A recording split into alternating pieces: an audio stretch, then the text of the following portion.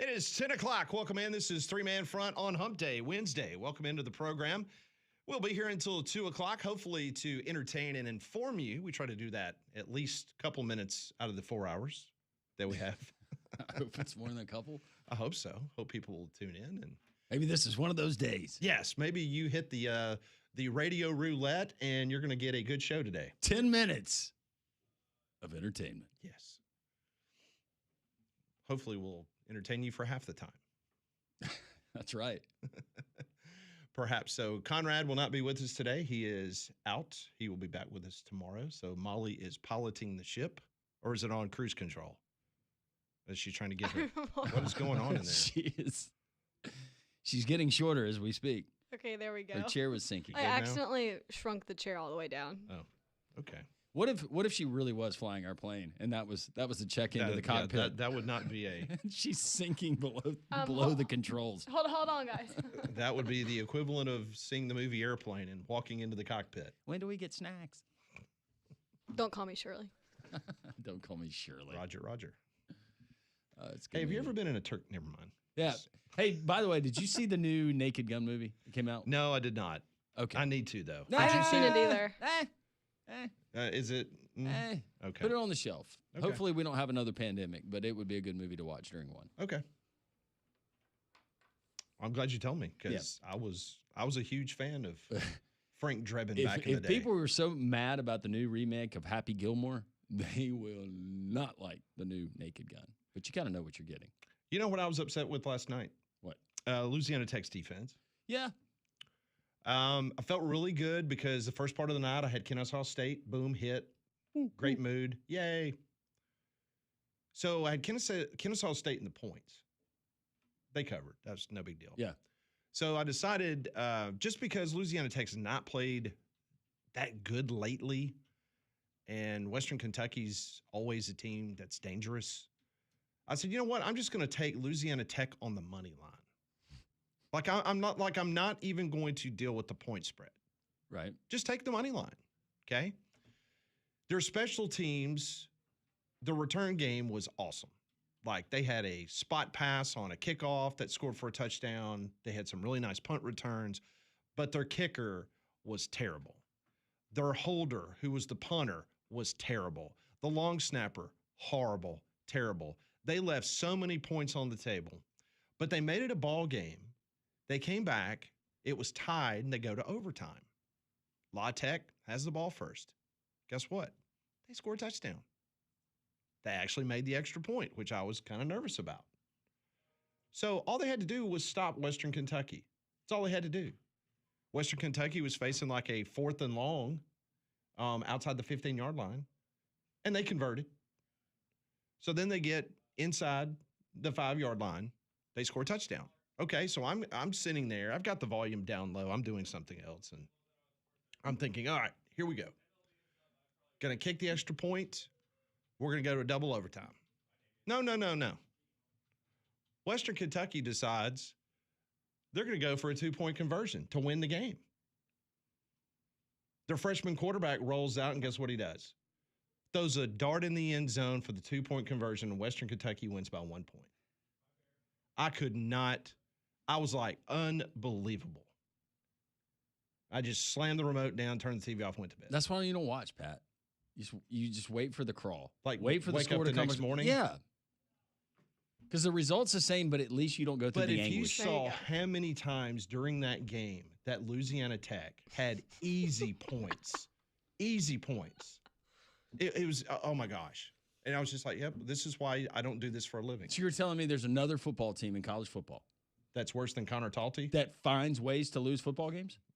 Did I say that out loud? You did. Oh, I'm sorry. I did not mean to say that, but they find ways to lose football games. Yeah. What was up with Western Kentucky starting quarterback? I don't know. They went to the freshman last night. He looked good. Yeah, he did. He ran the ball good. He screwed up my prize picks. Oh, so he screwed up your prize picks, and he obviously screwed my Did you take that in the OFP too? No, I have not played OFP. Okay. You know what? But to be fair, Conrad screwed up my prize picks, our prize picks, because he went with Keone Jenkins less. Why do you listen to him? And Keone Jenkins comes out and throws for 300 yards last night. FIU looked terrible. But like I said, I took Kennesaw State in the points, and they won 45-26. It was like easy peasy. Yeah. No problem. Louisiana Tech playing at home. Next time we have Sean Fox on, I'm yelling at him. Yeah, you should. Because he's in Ruston, Louisiana. And he's heavily involved in that program. Yeah, he needs to do something about that. That was bad. That was a bad beat. I should have been on Sports Center last night with Van Pelt. That was a horrible, horrible beat. What did you learn from that experience? Double down tonight. Of course. Because it's CUSA weekday Yeah! action. You know what I'm saying? Woo! Little cussa in the middle of the week. Yeah, I mean, when you got Middle Tennessee and Delaware tonight, or Missouri State and New Mexico State. Oh, that's one I've got my eye on. Yeah, you should. That's going to be Missouri a good State, the program that Bobby Petrino built. That's right. New Mexico State. Yep. The Wonderful. program that Diego Pavia built. Springfield, Missouri in the Ozarks. Springfield's a beautiful town. You ever been there? Mm-mm. Yep. No. Not too far I'm away going to from, Springfield, Massachusetts next week. A little bit different. Okay. The terrain's a little bit different. All right. Branson's right down the street from Springfield, Missouri. I like the Ozarks. Love a good show tune. Mhm. Yeah.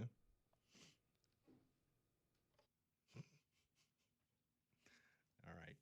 That's how the show starts today. Told you we're going to be about 50% today. I could feel it. Just because Conrad's not here. What? We can have more fun.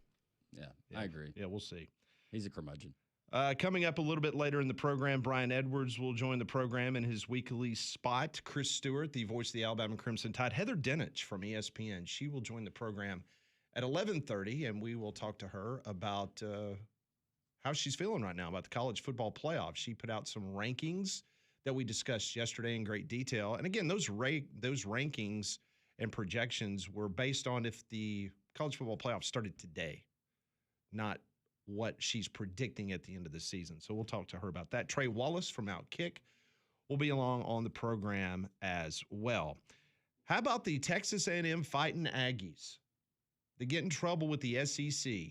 Didn't take long for Mike Elko to get reprimanded by the commissioner of the Southeastern Conference. If you did not see this, yesterday the SEC, they have fined Texas A&M football, and they have reprimanded Mike Elko. Why? Because they found that the school's football program and Elko, they have been found in violation of the NCAA playing rule governing feigned injuries. Trev. This determination was made after review of the National Coordinator of Football Officiating of game video from the Texas A&M football game against Arkansas on October 18th. The conference publicly reprimanded Coach Mike Elko and fined Texas A&M $50,000 for feigned injuries. The report by the SEC included, just prior to the player going down, a Texas A&M staff member can be seen in the video standing in the team area near the 25-yard line, signaling demonstratively to a player pointing to the ground. It was noted that Texas A&M's player had no contact during the play and returned to the game on the second play of the ensuing defensive possession. So the NCAA video game official obviously turned that in, the SEC office, which, again, they've all agreed to this. So Texas A&M is fined for $50,000. That's not a lot of money, especially for Texas A&M. But Mike Elko was reprimanded. If it happens again, let's say it happens this weekend in Baton Rouge against LSU, you will get a public reprimand and a $100,000 fine, and Elko will be suspended. I think it's wonderful that they're, because this has been an issue in college football, and this is one of those steps to address it. Now, will coaches and teams get smarter about the way that they maybe implement the fake injury? Probably so after this. But I just find it amazing and somewhat hypocritical that SEC officials or officiating, we can go back and we can do film forensics on a player and whether he was injured or not. But some of the most basic to the naked eye college football fan calls that we watch ad nauseum on Saturdays, and you still can't get the call right. Isn't that amazing? It's crazy. So Texas A&M fined $50,000 for faking injuries. And so now, if it happens again, it will be a $100,000 fine. And any further violations will result in a suspension of the head coach for the next team's contest. So, beware, Mike Elko, because LSU they will get you, especially in Tiger Stadium. Got to be careful. Yeah, that gets everybody's attention, though, right? All right, so now we're cracking down on feigned injuries. No word from the SEC about their replay officials or Ken Williamson or anything like that, but we are going after now the feigned injuries. What about sign stealing? Is this something that the SEC should look at? It's happened from day one in all sports. If it's to the level of Connor Stallion, yeah, absolutely. If it's you just not being smart and putting your signs out there and not changing them up for everybody to see, no, that's on you. Yeah, I agree. By the way, I was being tongue in Oh, I know cheek, you were. but take a listen to Lane Kiffin. He had an interesting exchange about sign stealing in regards to Oklahoma. A film study of signals. I mean, as I just tell you how it is. I think they do a great job of that. So if you study people really well, tendencies, and then you have enough confidence as a coach to go after those, that seems what he does. It seems like, they've got a really good beat on the plays that are coming when they're called, and they do a great job of going and taking those away. When you look at the Auburn game, I told Hugh after the game watching it, you might want to switch the signals. Like, it looks like they have the plays. The middle safety's running down to steal slants, which is very abnormal. You may have just answered my next question, but do you get with that in mind? Do you have to kind of shake everything up from a signal standpoint this week, or do you do that every week anyway? No, we're going to keep our same signals. Typical Lane reaction. But how about that? You and I both talked to a lot of people in college football, and Brenton Venables is one of the best in the business at looking at certain signals and formations and making sure his defense is lined up properly against that technique. Go back to the 2019 title game, LSU and Clemson, and what LSU did to counter that. Because, yeah, you're right, Brent Venables. And not saying that he's doing anything outside of the rules. No, right. No, he's just really, really good, and his staff is really good at either ascertaining your signals before the game, but also during the game being able to pick up what you're doing. And if you're not creative enough to change them up or to be able to counter that, then, yeah, I could see that being problematic where a safety's coming down and he's jumping a slant every time that you want to run one at a critical time in a game. So it's not just the quarterback holding on to the ball too long sometimes. Yep. Or overthrowing a receiver. I just thought that was a great. Sometimes it's doomed from hike. Yeah. I just thought it was great. Oh, Lane yeah. Kiffin's response. And I actually don't think that Lane was intending to backhandedly throw Auburn and Hugh Freeze under the bus. I don't. I think he was just being honest and transparent in the answer, but that tells a lot. Sure does. Coming up later this hour, we will talk to Brian Edwards from Vegas Insider. We'll open up the phones at 1-800-239-WJOX. Courtesy GMC text line 205-834-9450. Well, as football season moves on, that means changes in the weather are coming, and you need to protect your HVAC system with a checkup from a trained comfort specialist so that when the cold weather hits, you'll have peace of mind that you're protected by America's most trusted and most reliable brand. For a comfort specialist, find out one near you at train.com. It's hard to stop a train. When we come back, we'll open up the phone lines. We will take your texts as well. This is Three Man Front on a Thursday on Jocks.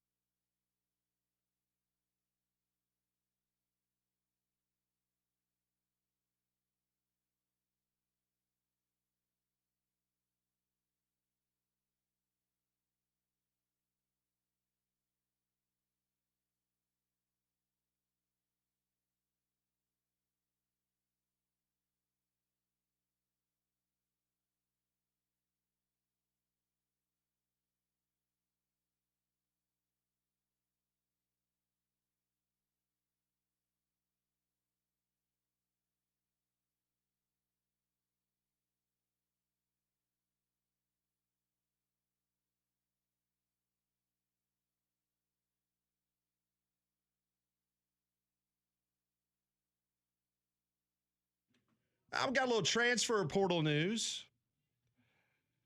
LSU cornerback Ashton Stamps, who had started for the Tigers prior to the 2025 season, is no longer with the team, according to Bengal Tiger. That is the on-3 side for the LSU Tigers. Stamps is set to redshirt and enter the NCAA transfer portal following his departure from the roster. Stamps, who was in his third season with the Tigers, started all 13 games at cornerback as a sophomore in 2024. The New Orleans native ranked inside the top 5 in the SEC in passes defended in 2024. Between his debut season as a freshman in 2023 and going wire to wire as a starter in 2024, Stamps appeared in 24 games, 17 starts. He logged 74 tackles, 16 total pass breakups during that stretch. So with 16 games started in a row entering the 2025 season, Stamps took a back seat at cornerback to, guess what? A transfer from Virginia Tech. So he has decided He's getting paid Yes. The mercenary. a lot of money to play cornerback. Yes. Well, Ashton Stamps, 6 foot, 190, Louisiana kid. Somebody can use him. You better believe it. So after the team's 5-2 start, Stamps had played in just one game and logged only 18 snaps. So you start all those games, and then This is they where bring I in want, somebody. if we're going to do all this other portal stuff,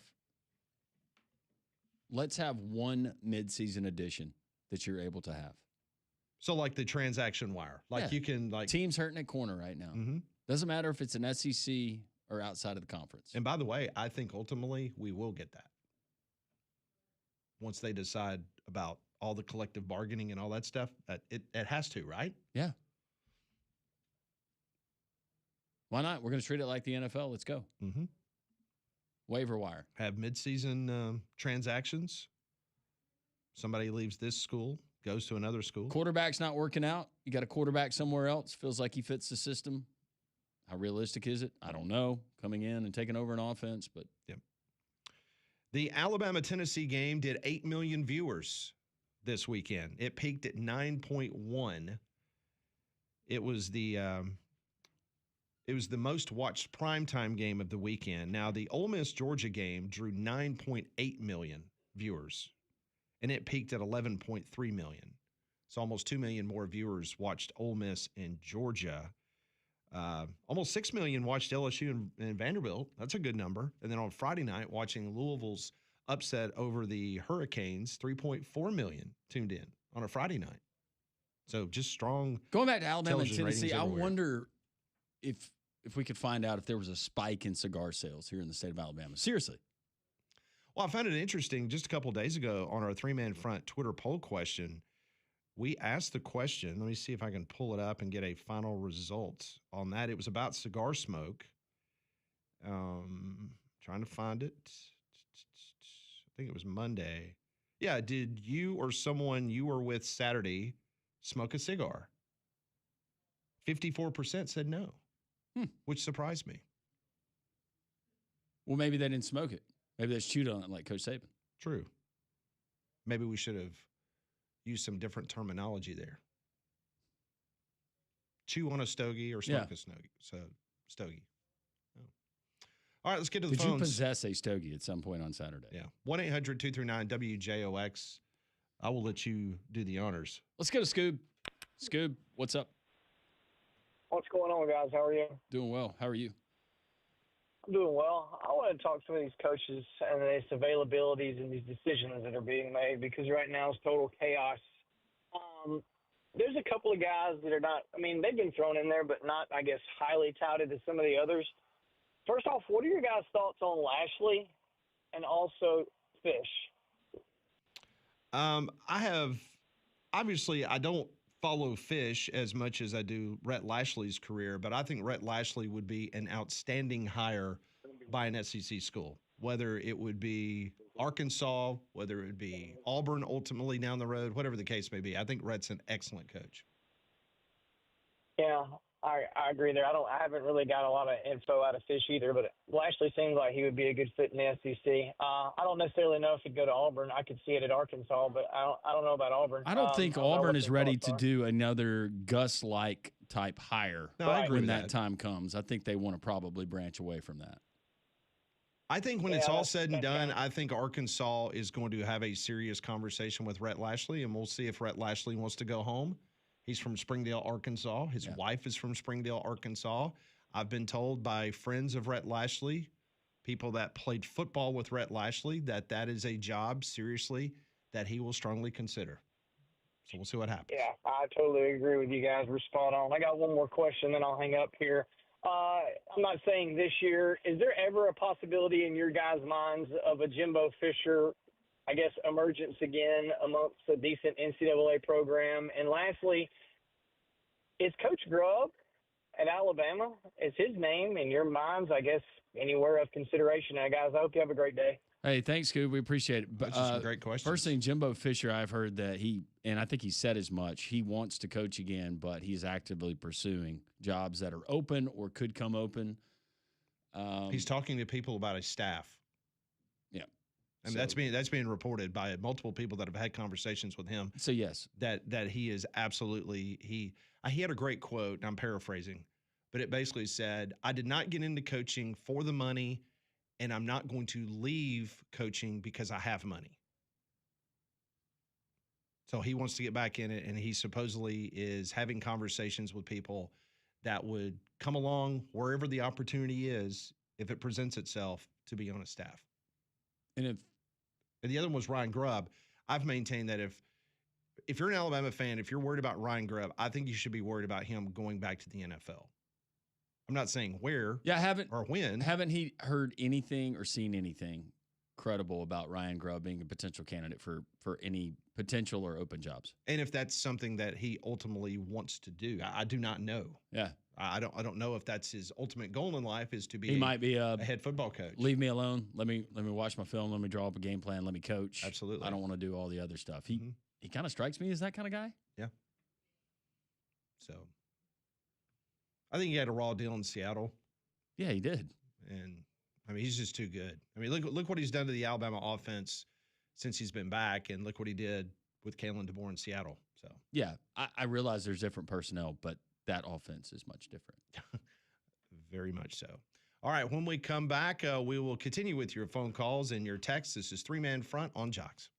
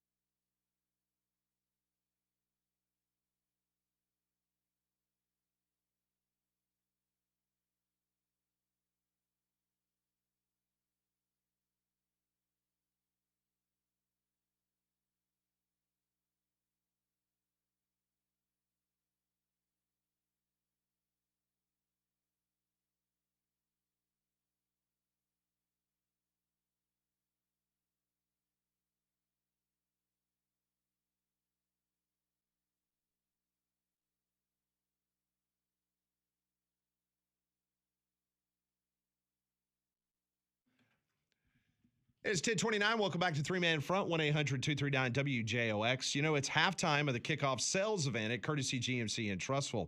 Right now, you can get up to $15,000 off remaining 2025 Sierra 1500s and 2500s, the absolute lowest prices in Alabama. The all-new 2026 Sierras are rolling in daily, and for a limited time, they're marked at 2025 model year pricing. And remember, every new GMC comes with Courtesy's exclusive 7-year, 100,000-mile powertrain warranty. So get by and see them. 9 acres of inventory right off of I-459, exit 32, an easy drive no matter where you are in central Alabama. Check their website out at courtesybirmingham.com. 800-239-WJOX. We continue with the phone calls. Let's go to our buddy Lee. He's in Cincinnati. Hey, Lee. Hey, guys. Thanks for taking my call. And I just want to say, I want to ask you about this. I talked to Paul Feinbaum yesterday. He kind of shot me down very quickly on this. But I still think it's a viable option for Florida. Everybody's talking about the fact that James Franklin, what do you think about him being the next coach? Because he was very successful at Vanderbilt, let's face it. He was one of the first successful coaches that Vanderbilt had before he went to Penn State. Now, of course, we didn't have the kind of success he wanted to there, but I think he would be a viable option at Florida. What do you think? He would be a viable option. I just think with the tag, the label, and it's fair why he was fired at Penn State, where he consistently won, but he consistently could not win the big games in the games that mattered. And that's what matters to the Florida folks. I would think that, Lee, you want to bring in a guy that's pursuing and smelling and playing for championships. Not that James Franklin never did at Penn State, but I feel like Eli Drinkwitz would be a much better fit. I'd be more excited about him as my head coach if I'm a Gator fan than I would James Franklin. That's true. I'd be more excited about anybody than was Billy Napier because anybody could do better than he did. Yeah, but no, and don't get me wrong, James Franklin's a very good football coach. I'm just, if we're swinging for the fence here and we're going to back up the Brinks truck, then I think that Eli Drinkwitz is a better fit for Florida, or would be. I personally think Lane Kiffin would be the best fit, but I wouldn't leave Ole Miss if I were him. He's building his own legacy there, like I've said before. I don't see why I'd want to go somewhere and try to follow somebody else's shoes. Good question. Thank you, Lee. Appreciate it. Thank you. Always great to hear from you.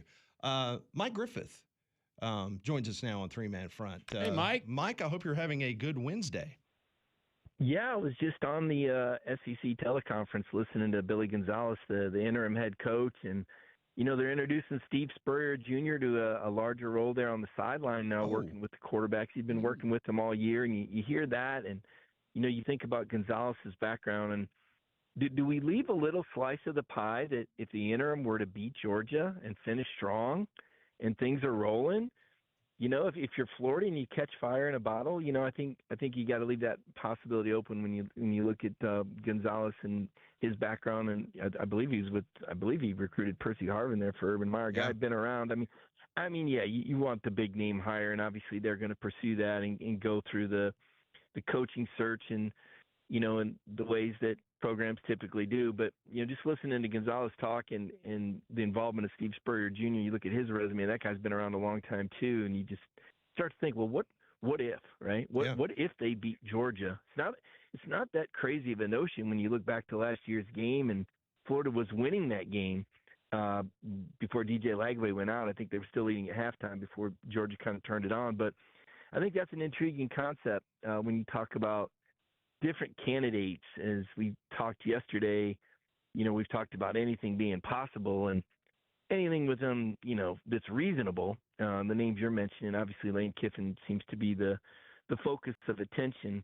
But, I heard Gonzalez on the teleconference, thought I'd just share that with you. Just speak. I think I got my tape recorder still rolling on that conversation now. You know what I was disappointed with, Mike, and I was really hoping that this would happen, is to once they fired Napier, was to name Steve Spurrier, not Junior, but Steve Spurrier, the interim head coach for the rest of the season. Hey, we've seen it before. Barry Alvarez did it at Wisconsin. You had Stoops come out and do the bowl game for Oklahoma a couple of years ago. So I was like, man, what a perfect time to have Spurrier be the interim coach for the rest of the season, and the first game out of the gate would be against Georgia. I mean, how awesome would that have been? That'd have been good. That'd have been pretty good theater. I talk with Coach Spurrier frequently, and I don't think he was really that involved with Billy Napier, and I asked him about that before. I said, you got a new coach here. There's some problems. I mean, does he ever just dial you up? And he said, no. I said, those guys put a lot of time into it. They're experts. They've got their way of doing things. But, what you just said kind of strikes me because you wonder, now with does Steve Spurrier get a little bit more involved? I mean, Yeah. I know we've talked about Nick Saban in an analyst, I don't know how much, or helpful role. I don't know how much Nick Saban's really gotten involved in this Alabama staff. I think it'd be discrediting the current staff to suggest that he's had anything to do with the way that Kalen DeBoer's coached this year and how well Alabama's playing right now. But it was a little bit different when you look at the struggles that Napier had. And like you said, there's Steve Spurrier right down the street, hanging out at his restaurant, playing a little golf, and always willing to talk football and talk shop. I wouldn't be surprised. I don't have any inside information, but I wouldn't be surprised if he was more involved now, really on a boots on the ground type of basis. So that's pretty intriguing. As for DeBoer, as well as he's coaching now and tying Spurrier back into it, I think I've mentioned this a couple times when Coach Saban first left. I asked Spurrier, what do you think the next guy's going to do? And he said, well, he'll probably be there 2 or 3 years, whoever it was. This is before we knew that Alabama was going to find Kalen DeBoer or convince Kalen DeBoer to leave a really good job at Washington. And I said, well, 2 or 3 years. He said, yeah, because if he doesn't do real well, he's not going to last. And if he does really, really well, there's going to be a possibility for him to go somewhere else. And, yesterday when we were talking about it, when I was mentioning Kalen DeBoer possibly taking another job, I was thinking more like if he does really, really well, could this be an NFL coach? Right. That's kind of where my mind went. I know that, there might have been a little confusion about, Florida. I don't think that Florida's a step up. I don't think an Alabama coach would leave Alabama to take the Florida job. And by the way, me and Landrum did not take it that way. I know some folks on social media, sometimes they like to hear what they hear, Mike. But yeah, we did not take that comment yesterday to mean that Kalen DeBoer was looking at Gainesville, Florida as a next job placement. Yeah, I can't imagine. Alabama's a better job than Florida. Absolutely. I think it always has been.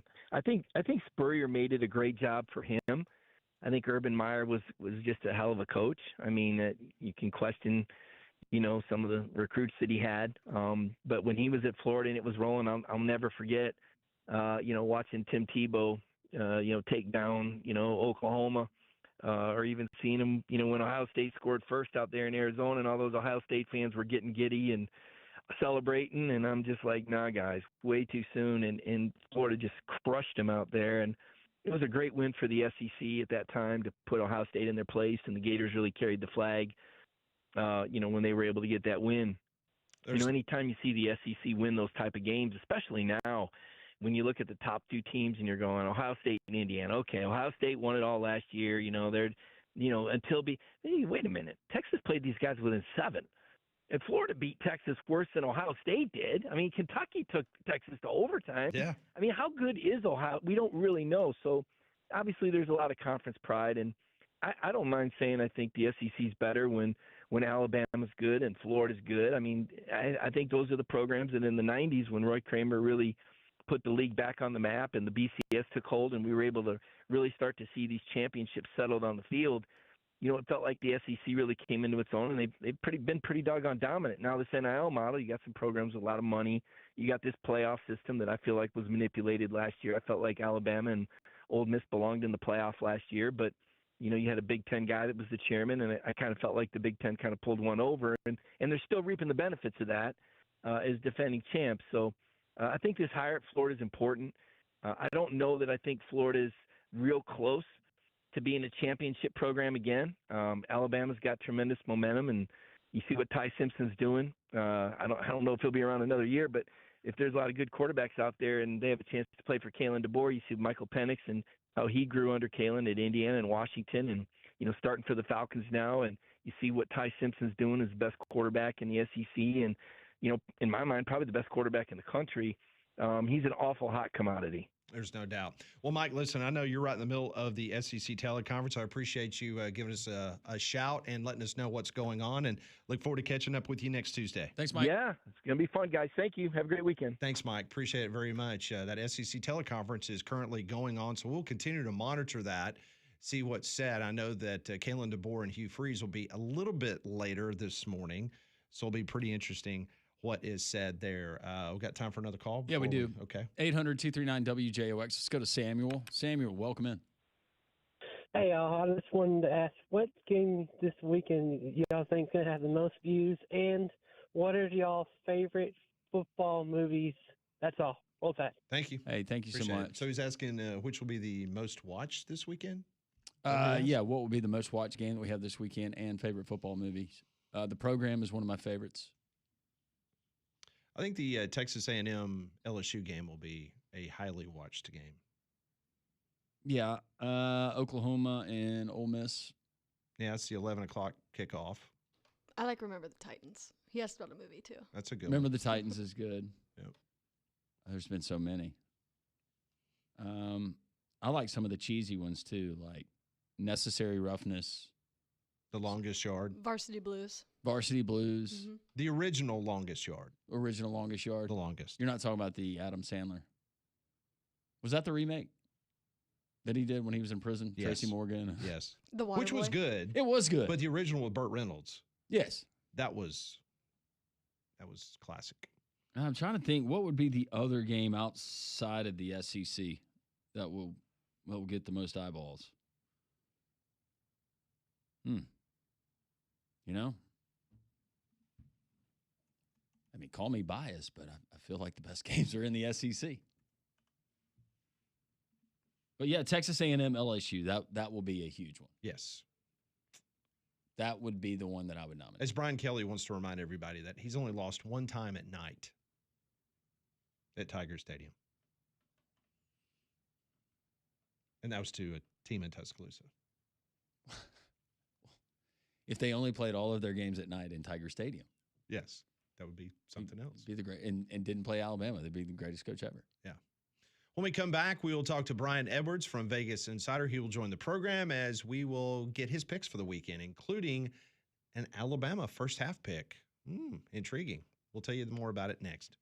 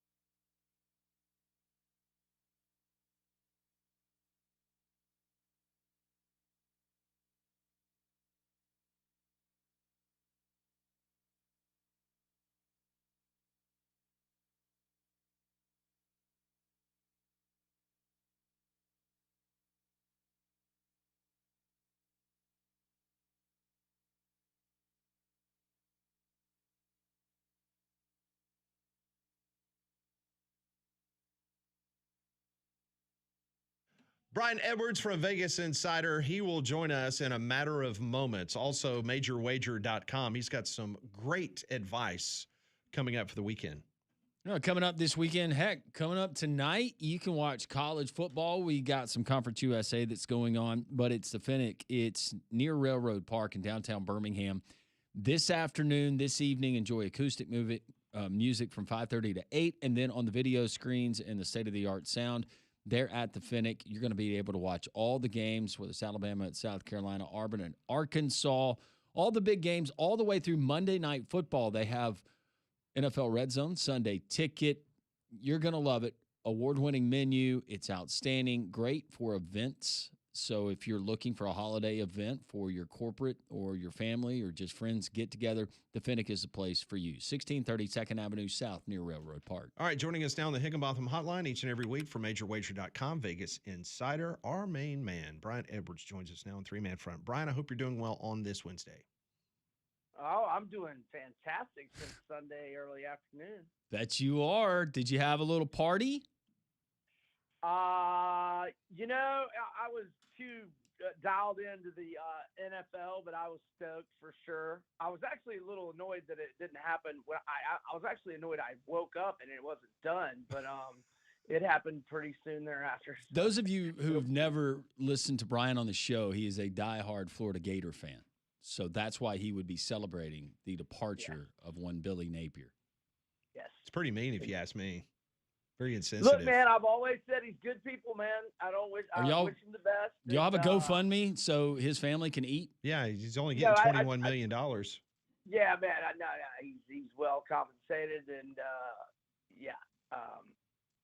man, I was feeling good about saying, and then you remind me of that $20 million. Kind of gets me pissed off all over again. But that venom should go towards Scott Strickland, who, first off, when he retained him last year, he should have forced him to make the buyout numbers lower. All right. I'm going to give you carte blanche. Where do you want to start today? Because you got a lot of good stuff here on the board. You just tell me where you want to go first. I love one of your picks. Let's go to the man, Diego Pavia. Okay, let's start there. Vandy, unbeaten in 4 home games with a 3-1 spread record. The only non-cover, Utah State got a backdoor cover in the last couple minutes. They've won 5 games by 20 points or more, and then they added the LSU win last week. Pavia, I won't bore you with all his numbers. They're absolutely spectacular. Actually, I will bore you. He's now got a career TDI-INT ratio of 74-23 and 25 rushing touchdowns. Wow. And 8,285 career passing yards, 2,674 career rushing yards. Diego Pavia leads his team to victory. As long as it's 3 or less, I'm good, but I'm pretty sure it's 2.5 right now. Okay, so you like Vandy in the 2.5. Correct. Okay. What about Auburn and Arkansas? Love Arkansas. Love Arkansas here. First off, they're playing really good with Petrino. They fumbled the Tennessee game away. They were -3 in turnover margin and lost by 3. Last week, they out-yard A&M 527 to 497, but A&M goes 3 for 3 on 4th down, and the Hogs go 1 for 2 on 4th down, and that was kind of the story of the game right there. Not many snaps for the punters last week. Auburn's lost 4 in a row. Now, look, you could make the argument that they could have won all 4, and certainly probably should have won at least 2. And but look, Freeze's hot seat status has got to be a distraction, and they lose their starting center Connor Liu last week. And Arkansas, they're ready to win a ball game with Petrino, and I think they get it done here. All right, so let me ask you, because it's kind of jumped around all over the place from Sunday, and I know currently it's Arkansas -1. Where's the line of demarcation for you in regards to it floating one way or another that you would feel comfortable playing Arkansas? 3 or less, as long as it's -3 or fewer. And by the way, so I've been doing these Mike Washington props. Yes. Now, I don't know if we've been talking about it as much because sometimes they're not out by Wednesday. So they've been in the upper 50s all year, and he's gone into the 60s every game. and he's over 100. He had 71 yards on the first drive of the game against A&M last week. He went over. I was a winner after the first drive. That's a better winner. Like I call a rocking chair winner before halftime. If you like have an over under. I don't know what we call winner on the first drive, but we got to come up for a name for it. But anyway, they have bumped him up to 79.5 on his rushing yards, but I still lean over on that. The Taylor Green rushing prop is not out, but I basically take Washington and Green to go over the rushing yards prop every week, and I'm down to do it again this week. All right, Alabama is on the road at South Carolina. South Carolina's offense right now, the worst offense in the Southeastern Conference. Not that Alabama's got the 1992 defense, but it's been frustrating watching the Gamecocks play offense. Do you like a first half line here, one way or another? I think Bama is a 6.5-point favorite in the first half. Yeah, I like Bama minus 6.5 in the first half. I'm not against them for the game, but let me just sidetrack since we have my pick out there. And I don't think the Bama fans need a whole lot of explanation. South Carolina's not very good. I always said that the 92 defense for Bama was the best defense I've ever seen in college football.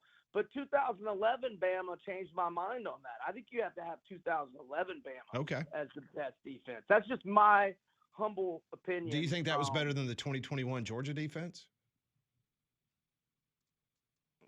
We'd have to break out the stats, but that 2011 defense was pretty good. They would have never let Spurrier just draw up a ball play of dropping back to pass and acting like it's pass and just threw a little flip to Eric Rhett, and he run all over that Bama defense until the pick six that day. Well, he also liked the little Utah shuffle pass. If you remember that, he ran that about 4 or 5 times. That's what I was talking about. Yeah. That's what I was talking about. Yeah.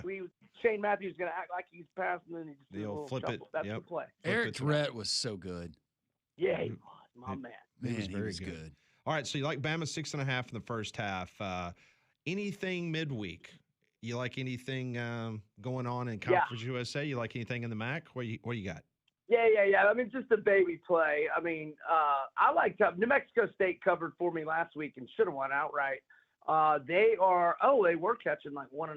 They're pick'em at home tonight to Missouri State. Wait, they're a pick'em now? Yeah, but I mean, that's all right. I mean, I think they're going to win outright anyway. But Missouri State is most likely going to be without their starting quarterback. But it's so hard to find injury information on Conference USA teams. Imagine that. I mean, right? So, I mean, I did a Twitter search on the Missouri State quarterback, and all I get was what happened 2 weeks ago when he missed the start because he had a concussion. But even if he starts, I like New Mexico State. But these are midweek games. That's not a lot of money I'm throwing out there like on the weekend. Okay, but you like Miami of Ohio, right? Minus 1.5 versus I sure do. Western Michigan. They've won 4 in a row, and they're laying 1.5 at home to Western Michigan. I like the spread Hawks. Some call them the Red Hawks. I call them the spread Hawks. All right, let's talk some NFL, shall we? Sure. Did you play your Commanders this weekend and get embarrassed by the Cowpokes? I sure did. Oh my. Yeah, that's tough. I had a good Sunday. The 49ers hooked me up against the Falcons. I had the Seahawks Monday, but I'm trying to think what else did I have Sunday. It was a late game. What was the late game I had? Blanking. I'm not sure. Stanford? Yeah. No, you're talking. Oh, at Stanford late night. Yes, at Stanford late night Saturday. That was great. All right. What about a teaser? My guy wouldn't give me a money line for Stanford. It was plus 650. I would have played it. Darn it. All right. So in a remaining minute, what else, you got any kind of money line parlay? You got any teasers? You got anything rolling this weekend for the NFL? Sure. So it's a little early NFL without knowing injury situations. Right. But Eagles, Patriots look good in a teaser or money line parlay just to win outright at home. Bengals could go in there too if it's a money line parlay. If I can get a clean 3 on the Broncos at home to the Cowgirls, I'll probably do that. I would want the Bears plus 6.5 if Lamar doesn't play. But if Lamar doesn't play, that line's going to change by like 6 points. And then in college, I'm leaning Pitt minus 6.5 to NC State, or you could tease or money line parlay Pitt with Iowa, which is around 8 at home to Minnesota. You're putting Iowa in a teaser? Yeah, I was playing good ball, man. Iowa's playing good ball right now, I and their know, offense is a lot better than it has been the last 20 years. I was about to say, I can't wait to hear the number of years he's about to mention on that sentence. And you said Right. 20. Oh, my goodness gracious. Wow. You know, I played that Louisiana Tech game last night, and unfortunately, Oh, heartbreaker! I had La Tech -3. Hey, did you know that? Did you know Western Kentucky's quarterback was not going to play?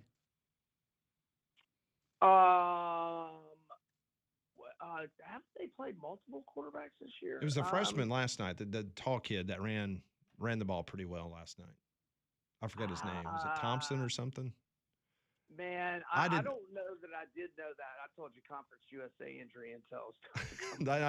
I know. I'm right there with you. But Surprise! I'm like you. I had Louisiana Tech last night, so I was a little bit irritated. Next coach fired. way- Fickle is leading the way. Norvell at Florida State, then Hugh Freeze. Where's the best value there? I think they're going to wait to the end of the year on Norvell. I think Freeze is the best value. All right. He's getting fired on Sunday morning, right? I don't know. Hey, Brian, have a great week. We'll check in with you next Wednesday. Thanks, Brian. Thanks, fellas.